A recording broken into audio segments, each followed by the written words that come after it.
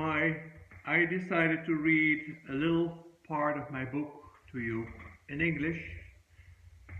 And let me read first the title 60 Years of Observing Integration and Passing It On.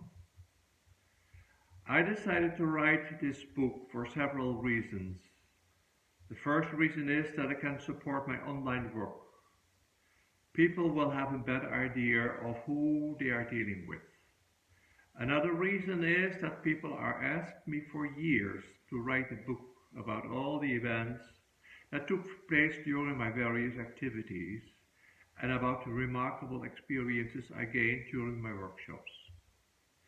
Now I am I am a storyteller than I am a writer. I am glad that I found someone to take the task off my hands. I record this text on a voice recorder, send it to my ghostwriter, which she has finished writing it all down. She sends me the completed chapters. After that, I read the text and add some comments here and there, and so it forms an accurate and pleasant overview of my life, which can be published. Writing this story is like holding up a mirror to myself and answering the following questions. What have I done with my life? Which people have I met? And what have they meant to me? What have I learned from them? Did I go along with their stories, or did I choose my own path? I have dealt an enormous amount of people since my teenage years. It all began when I, as a 14-year-old boy, started working in my uncle's and aunt's hotel restaurant on the coast of North Holland. After that, all kinds of odd jobs, such as working at a well-known restaurant in Amsterdam. I really enjoyed that, and I have also not forgotten the record store in Den Haag, where a whole new world opened for me. When I was introduced to both to the classical and popular music, I do not want to hide any of those side jobs. They have brought me a lot in addition to the routine of my normal job.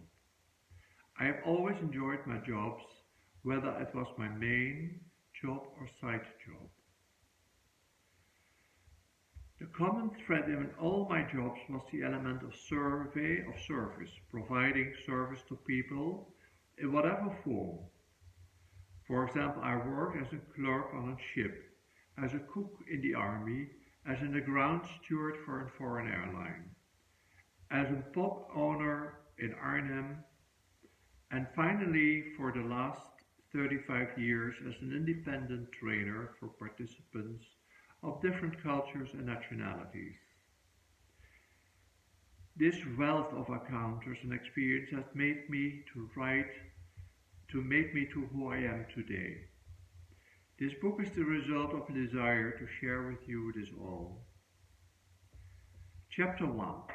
A varied experience. I was born on 30th of June 1945 in Castricum, a small town in the North Holland, just above Amsterdam, right at the end of the Second World War, in the middle of the liberation period. Liberation has been a recurring theme in my life, but of course you can only draw those types of conclusions afterwards. I sometimes think about which effects the severe food deprivation in the last winter of the war could have had on me while I was in mommy's belly. I was born 2 weeks later than planned, glowing with health and with a considerable weight of 12 pounds. A giant baby, so to speak. I did wonder later what influence this period has had on me in terms of my moods and emotions and how I experience life. I will come back later to this in this book. I was the fourth of 5 sons my father and mother would have. I truly know a little about my early childhood. I have one noticeable clear memory. My father standing in the kitchen, whistling along with a 38 round per minute record, which was always, which I liked a lot. When my father whistled, I suddenly became aware that there was a world outside of me. I can imagine that such a first perception of life on earth is of a great importance to anyone. For me, it was a very modest and pleasant experience.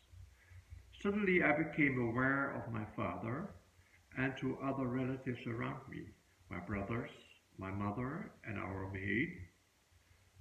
From that moment on, I started to understand more and more about the world around me. In retrospect, it seems as I had just not present for this first period of my life. I had vague memories of walking up the stairs with our maid to be put in bed, but those are the only remaining memories of that period of my life. One of the few things that come to my mind about those early childhood days is that I learned to ride a bike. My father had provided me with a little red bicycle, which was called a little pedaling machine. It was a bicycle without brakes. You just had to keep pushing the pedals around. At one point, I managed to ride straight line. Rounding the corners was another story. I needed some help with that. I became more and more aware of the fact that I was born in a large family which was large at that time. The number of children usually varied from 4 to 12. My father came from a large family of 12 children. So did my mother. So I had 22 aunts and uncles, and they all got married. They did, and they did. I would have 44 aunts and uncles. Every now and then someone came to visit us, and someone came to stay for a while. And that was it, until this big moment when we moved to Arnhem. My father ran an import and export company, which he saw an opportunity to expand his business using the city of Arnhem as a base of his operation. Our family had to move, of course. It was arranged that I would stay with an aunt while my father and mother organized to move to Arnhem. When everything was ready, I could join them in Arnhem. Somehow I didn't feel like staying with my father's sisters at all. There was no room in the cabin of the truck. So I said I would stand for the entire journey in the back of the truck. Finally, my mother and father gave in and took me with me, which resulted in me that the fourth child being the first to arrive in our new destination. Life in Arnhem was not easy. My mother had an awful hard time leaving her brothers and sisters behind in her hometown. She had a hard time getting used to the new environment. As a child, I could sense that. I often saw her standing in the door crying and telling the milkman or postman in a loud voice that she was homesick and wanted to return to her hometown. I must say that this affected me quite a lot as a child, although I was not very aware of it at that time. In Arnhem, I was allowed to go to kindergarten, a beautiful building with a large, square classroom. This was quite an adventure for me. However, the teacher didn't have much faith in me and kept pointing out to me that she thought that I could not master. I had not mastered yet. For example, she said, "No, Tom, you cannot tell the time yet." Then I walked over to a clock full of timepieces and, to her surprise, could I tell her exactly what time it was on those clocks. I could not tie a knot either, she presumed. But after, when I proved her wrong again by tying my shoelaces and doing exactly the same on a board where the kids would practice their lacing, further up in the classroom. Looking back at this, situation, I cannot help to think, Madam Teacher, you could have handled this in a different way. Rather than assuming I couldn't do certain thing, you could have asked me instead if I had already learned those things. I used to walk to school with my brothers. I went to kindergarten and my brothers to elementary school. Whatever the weather was like, it didn't matter to us. We were there swiftly by using a footpath that ran between the houses. Later we were moved to a different neighborhood within Arnhem, which was it was different. My parents had decided to leave us at the same school, which meant that we now had to cycle a long way from Arnhem Center to an area which was called the Hoogkamp. One time it was raining cats and dogs. I was riding in the little red bicycle next to my brother, and he kept saying, pedal, pedal harder, so we could get there faster and we wouldn't get soaked wet. Those precious moments are etched in my memory. My oldest brother took such a good care of me, and he did that for all his brothers, not just for me. At our first home in Arnhem, I was in a child-rich neighborhood where a lot of kids played in the street, playing with spinning tops or marbles, skipping rope, every time a different game. We played on the street because there was no life to tread. There was little to no traffic. When a car did pass, we gasped and looked at it in admiration, because that was a very special occasion at that time. I have good memories of that period where we were playing outside as children. We moved to Arnhem because my father sold his import and export company and had to come up with an idea of running a cafe. At that time there was little money to be made in running a cafe. Still, my parents somehow managed to turn the cafe in a thriving business. However, my mother was not happy that we lived so close to the cafe. She didn't like the idea of growing up in such an environment. I was, it was a beautiful house where we lived in, with two large kitchens in it and a bathroom. There were not very a few houses in those times with actual bathrooms. I still can see the copper boiler that hung above the bath. It was a shame that we had to trade that large comfortable house to a house with only 3 bedrooms. Nevertheless, I experienced that period that we lived in Monnikenhuis in the north part of Arnhem as a special time. Next to our newly built house, there was a large piece of wasteland, a great opportunity to ride sledge in winter and wade through the tall grass in summer. My mother didn't think my mother didn't think a local school was the right choice for us. So she enrolled us in a Roman Catholic school, which was located a lot further from our house. But we did complain we had to walk much farther. And we stayed at that school from the first to the third grade. I started the fourth grade in a new school. I cannot explain exactly why the transition to that school was such a big emotional step for me. I still can remember hiding behind my mother's skirt and crying, telling her that I didn't want to go to school. The teacher thought that my mother taking me back home was a good idea, and then we could come back next day. No sooner said than done. At school I was noticed that I performed better with a somewhat stricter teacher, that with a teacher who took things lightly. For an example, in the fourth grade I got fantastic grades. However, in the fifth grade my grades dropped drastically because the teacher was an emotional man, less disciplined. My parents, in consultation with the teacher, decided that I should repeat the fifth year.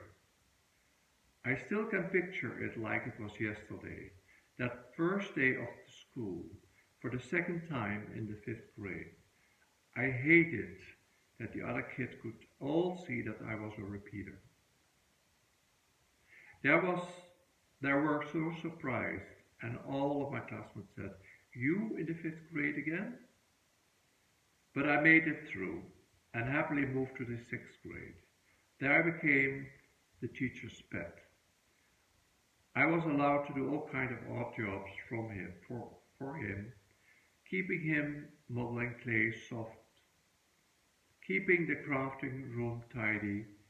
Just not a lot of schoolwork got done with all those chores. After that, I was allowed to go to the secondary school, albeit with a temporarily admission, because my entrance exam was far from fantastic. My brother had also attended the same school, and the reputation of the Winters was nothing to write home about. The headmaster, I still can picture him standing there, said to my mother, "Yes, he can come and attend our school, but based on a temporarily admission." And that didn't fall on deaf ears. She encouraged to do my best so that I could get high grades and would be permitted to stay there. I succeeded. I passed the first and the second grade without any problems. And then I went to another school because now we lived in the northern part of Arnhem, and my parents didn't want us to cycle all the way to the Arnhem center. The third grade was a difficult year for me. I also repeated that year, and learning was extremely difficult for me. It seems like I was out of this world. I hovered over the textbook, but it just couldn't absorb the content. Until I was hospitalized for a minor surgery on my heels. I had heel spurs, or bone spurs, as they were called. And during that operation, something extraordinary happened. I was given a heavy anesthetic because I was to be operated on both feet at the same time. When I was put on anesthesia, I had a feeling that a black bird flew out of me, a raven or something like that. At that time, I felt like a remarkable experience. When I awoke, I saw that I had been operated only on one foot, not two. Then it turned out the other foot was still slightly inflamed and could not have another operation to deal with one later. In the period after that, my mother repeatedly said to me, my, how have you changed?" And I asked her, "Why are you talking about, Mom?"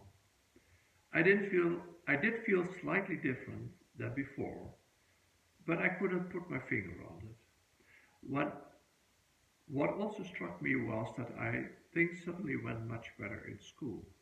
I was in the third grade for the second time and got much higher notes. I passed with flying colors to the fourth grade. Unfortunately there, the problem started again. Luckily I passed the final exam, so I was happy that I passed and that I had a diploma to show you.